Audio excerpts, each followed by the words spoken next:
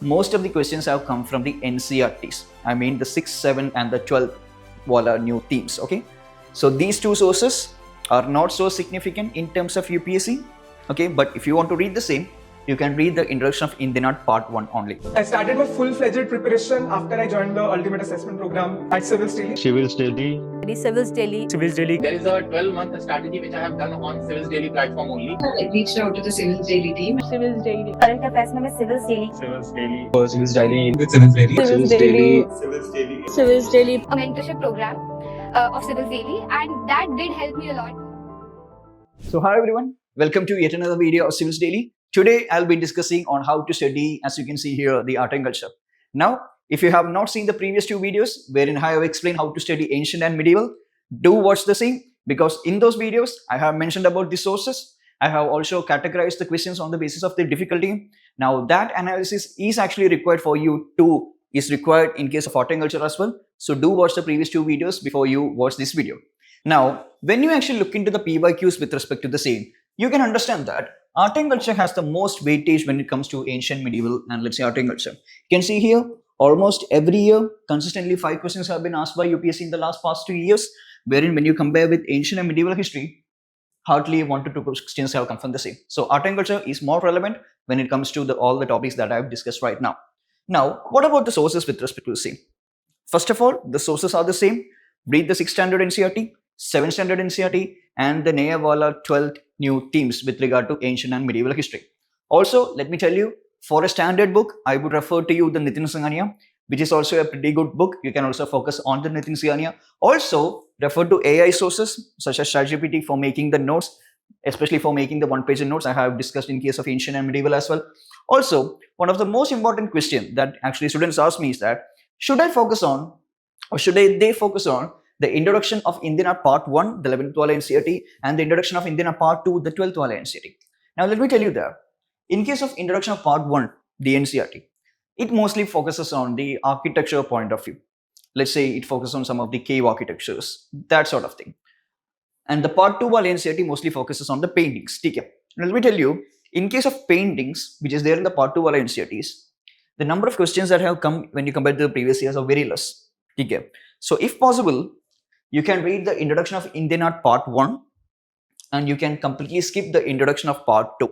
But when you take it in an overall sense, both these books are not highly relevant. Okay, because when you compare the sources, most of the questions have come from the NCERTs. I mean the 6th, 7th and the 12th wala new themes. Okay, so these two sources are not so significant in terms of UPSC. Okay, but if you want to read the same, you can read the introduction of Indian art part 1 only, and you can completely skip the introduction of Indian art part 2, which mostly focuses on the paintings, which is not highly relevant in case of prelims, I would say. Now, what are the most important themes when it comes to art and culture? Obviously, as all of you know, the architecture, the cave architecture, be it the Nagara, Dravida, Western architecture, temple architecture, Islamic architectures is one of the most significant portions. Nextly, the religious philosophies, especially when it comes to Sufi Bhakti saints. Sufi and Bhakti saints, one of the prominent sources. The most important sources, almost every year question have come from the same. Now in 2025, there have been no question from Buddhism and Jainism, but still almost 11 to 12 questions in the last 10 years. Focusing on literature, which we have already discussed in ancient and medieval history. You watch the video with respect to ancient and medieval history to understand the same. Paintings, around 5 questions in the last 10 years, not so significant. Music and dance, not so significant. In terms of UNESCO, 2 questions came even in 2024. 2 questions came. So therefore, if something gets a UNESCO tag, if something gets a UNESCO intangible heritage, or even said, let's say when it comes to the World Heritage Site tag, obviously a question would come. So therefore, you need to look the same. Craft and heritage, only if they get any GI tag, you need to focus on the T.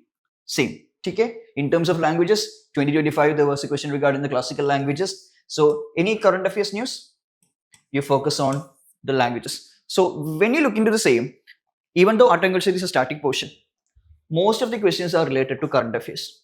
Okay. So anything, let's say PM has inaugurated some temple, Prime Minister Modi has inaugurated something, or some relevant news in the current affairs, focus on that. Okay. That should be given more prominence rather than the regular static wala questions. So when you look into the most important topic, let's say the architecture, you can see here medieval art and architecture, Most of the questions have come. White Marble, Baba Imam Dara, Buland Darwaza, Chausak Yogni Temple, which was also related to medieval India. Arsavalli, Amarkanta, Omkaresha, Ibadat Kana, relating to the Islamic architecture. Here you can see a current affairs question. The Prime Minister recently inaugurated a new circuit house of Somnath Temple. Now that is the reason why UPSC have asked this question, right? Let's say PM has inaugurated the Kashi Vishwanath corridor. PM Modi has inaugurated the Mahakal corridor. PM has inaugurated maybe, even in, let's say in 2022, UPSC have asked about Ramanuja, right? Now why was it asked? It's because he inaugurated a statue in Kedarnath, right? Kedarnath or Badrinath. So always go for the current affairs wall and use Kalyana Mantapas. Even the cave temples, cave architectures, Ashanta, Mahabalipuram, Dolavira, Panchayadan, Somnath Temple, Chausatnikni, Fateh Idavatsana, Ibadat Khana, Lingaraja Temple, Ajanta Caves, Kalyana Mandapa. So when you look at the architecture, okay, what do you understand? You have to focus on the temple architecture, okay? Nagara, Dravidian, Vesadas, and also some of the important examples with respect to the same. UPSC have asked about Chausatnikni Temple, right? Cave architecture, one important thing that you need to focus is, you need to also focus on an important structure in all the temples. Let's say Ardhanarishwara is there in Elephanta Caves. The Trimurti is there in Elephanta Caves. You have the Ravana shaking Mount Kailash in case of Ellora Caves, right? You have the most beautiful paintings of Padmavani and Avalokiteshwara in Ajanta paintings. So always when you remember, when you always focus on the cave architecture, focus on it and some important structures inside these famous caves, okay?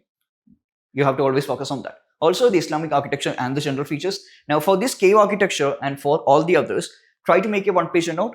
Let's say if I am to show you about the cave architecture, what are the things you need to focus? First of all, regarding the name of the cave, the time period and built by whom, let's say Satavahanas, location, religion, and also the important descriptions. How many paintings are there? Which religion that they represent? What are the important paintings in them? So this is the way you have to represent. Now, in case of description, I have only shown you a few information here. Rather, when you make the notes, you have to elaborate on it. Okay. So the name, time period, location, religion, and also 5 to 6 points regarding the important description with respect to the same. When it comes to religion and philosophy, let me tell you that mostly not so significant, I would say. Okay, UPSC have hardly asked 5 questions in the last 10 years. So what are the things you need to focus? First of all, have a basic idea regarding the 6 schools of Hindu philosophy and a basic idea regarding what the philosophy is. Some case that Mimamsa is this, Yoga is this one, okay, Vedanta is this one. Have a very basic idea with respect to the same. TK, and also the Lingayats and the Siddhas are from the NCERTs. So focus on the information that is given in NCERTs with respect to Lingayats, Siddhas, and all the other different yogis, Nathpanthis, and also all the other different people. Also, with respect to Sufi and Bhakti saying, let me tell you, only 3 questions have come in the last 10 years. I would say 15 years. So what are the things you need to focus? Only focus on what is given in the current affairs. Okay? Or should I say, give more prominence to the saints which comes in current affairs. Let's say their 500th birth anniversary, 600th year birth anniversary. Or let's say PM Modi has inaugurated a statue for the same. Let's say this question, the statue of Ramanuja was inaugurated by Prime Minister Modi, and then a question came. So what do you need to do? More focus should be given to all those Bhakti and Sufi saints which came in the current affairs. But in case of all the other important philosophers as well, you need to make a one-page note. Now, how do you prepare that? First of all, the Bhakti saint. Okay? Bhakti saint. What are the time period? Because UPSC have asked about contemporaries with respect to Bhakti and Sufi saints. UPSC have asked a question regarding the same. The areas of influence, where they were located, you can use logical and elimination techniques if you know the area of them. And the important works, let's say in case of Kabir, you have the Dohas, you have ritualism, you know that he criticized ritualism, caste, orthodoxy. This is the way you have to learn.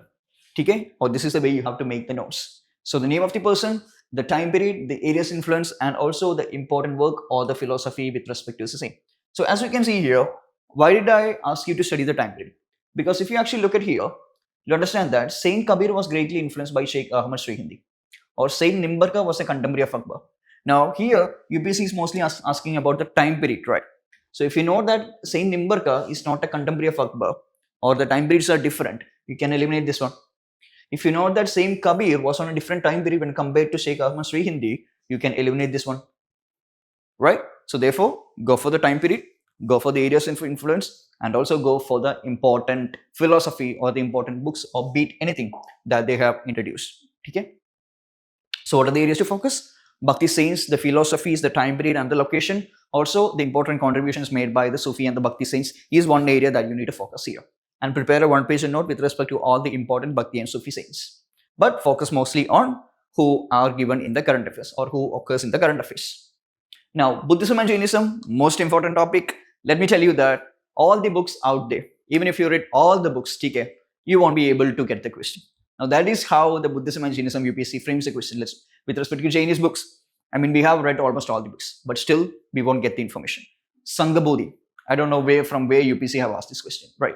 So, Buddhism and Jainism is a topic that is very extensive, but it can be studied as well. Okay, you need to learn what I'm going to say here.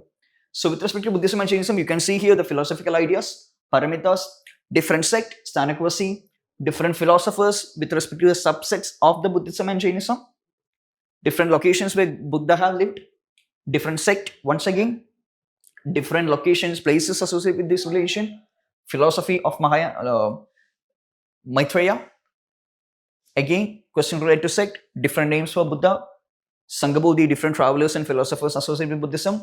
So when you actually look into the same, even for the Jain as well, you can see here souls are not property of animal and plant life, but also rocks and running water. With respect to Jainism, Stanakvasi was a question related to Jainism. Saudharniga Samitya was sects of Jainism. So in case of Jainism, Buddhism, almost every year, okay, a question has come.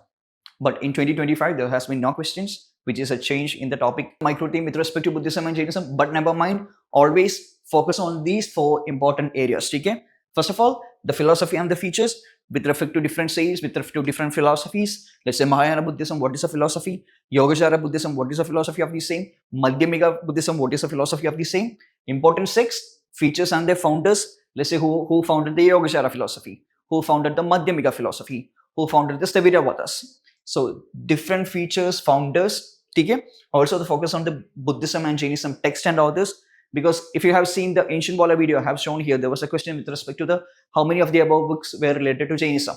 So focus on the Buddhist books and also the Jainist books and also the places associated with Buddha and also Mahavir Jain. Okay?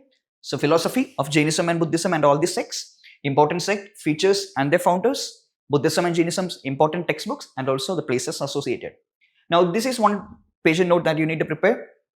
The different Jain order and the Buddhist order, the basic philosophy, and the person and the founder. Okay? This was a one-page note you need to prepare for all the important sects in both Buddhism and also Jainism. So what about the paintings? Here, Banitani, one of the most important paintings. Banitani is actually known as the Indian Mona Lisa. That's why UPSC asked here. Kalamkari question is actually pretty simple. Everyone knows about Kalamkari question. Bodhisattva Patmani is a very simple question. Now here, there was a question regarding the evolution of paintings under Mughal emperors as well. So when you actually analyze what are the areas you need to focus, don't dive very deep with respect to the folk and the tribal paintings. You just need to know from which state both these folk and tribal paintings came. Let's say Kalamkari is related to Andhra Pradesh, right? Mughal paintings and its evolution. Try to understand the evolution of Mughal paintings from the Humayun. Akbar introduced what? Shah Jahan introduced what? Jahangir introduced what? So try to have an evolution with respect to which of the Mughal rulers introduced what. Now, I would say Jahangir was the most important painter.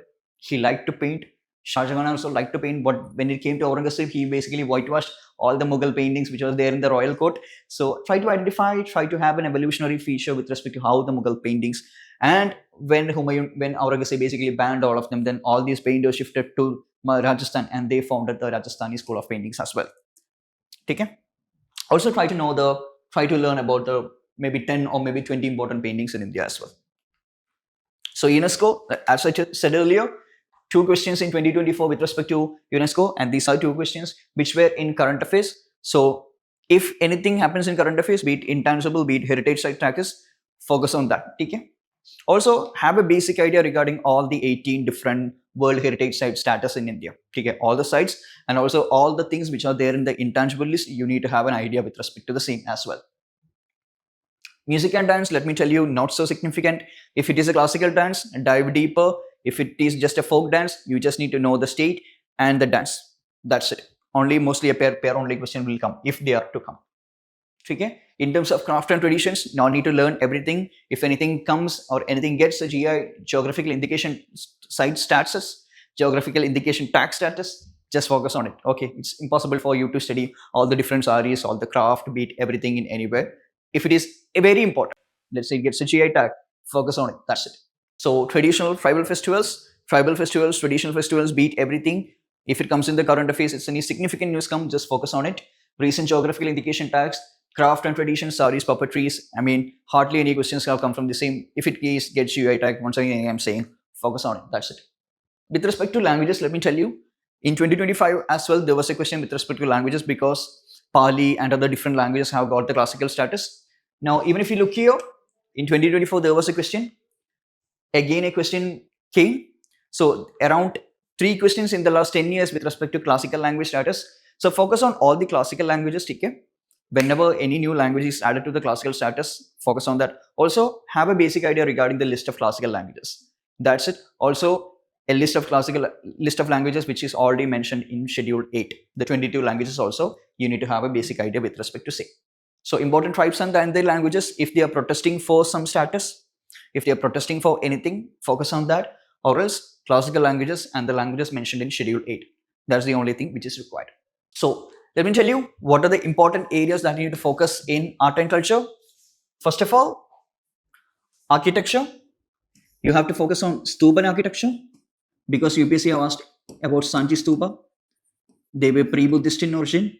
They were repositories, UPSC have asked. Cave architecture, UPSC have asked about Ajanta caves. Lies on River Vagora. UPSC have asked about Ellora caves. Ravan shaking Mount Kailash, UPSC have asked. So focus on the different caves, state, time period, and also any important monuments in the same. Sculptures, Gandhara, Madura, and Amaravati sculptures, know the difference between the same. Islamic architecture, also have a basic idea regarding the features. With respect to Buddhism and Jainism, go for the philosophy of first, go for the different sects, Madhyamika, Yogacara, the founders, and also the different features of the same. Also have a basic idea regarding the Buddhist and the Jainist books as well. UNESCO intangible and intangible status. Have an idea regarding the 18 World Heritage tags, sites. Intangible list as well. Go through what is there in the intangible list in India. Also, in case if anything new edition comes in the current affairs, definitely focus on the day. Because in 2024, 2 questions have come from the same. Now, with respect to Bhakti and Sufi saints, let me tell you, not so significant, but prepare a 1-page note. As I have already shown you, state, time period, and important description or their philosophy. Paintings, not so significant. Okay? Evolution of Mughal painting and different paintings and their states. Let's say Madhubani painting. Dance and music, focus more on the classical dances. With regard to folk dances, just an idea with respect to this state. Music, not so significant. Indian handicraft, only in case if it gets any GI tag. Music and dance, not so relevant. What are the areas to skip? You can skip the circus in Nitin Singhania, religions in Nitin Singhania, Indian cinema in Nitin Singhania, and also you can completely skip the calendars chapter which is there in Nitin Singhania. So do not read the whole Nitin Singhania as a book. You rather divide into 3, more important, less important, and the areas to skip. Completely skip those areas. Less important areas, in your first reading, you can focus on the same. But when you revise it, let's say 100 days or even 10 days before prelims, never touch the same. Okay? So this was it with respect to art and culture. I hope all of you enjoyed the session. If you have any doubts, you can DM me directly in my Telegram group or text me in Telegram. I'll provide the description with respect to the same in the link below. So TK, thank you everyone. This was the end of ancient, medieval, and art and culture. I hope all of you enjoyed the sessions. Thank you.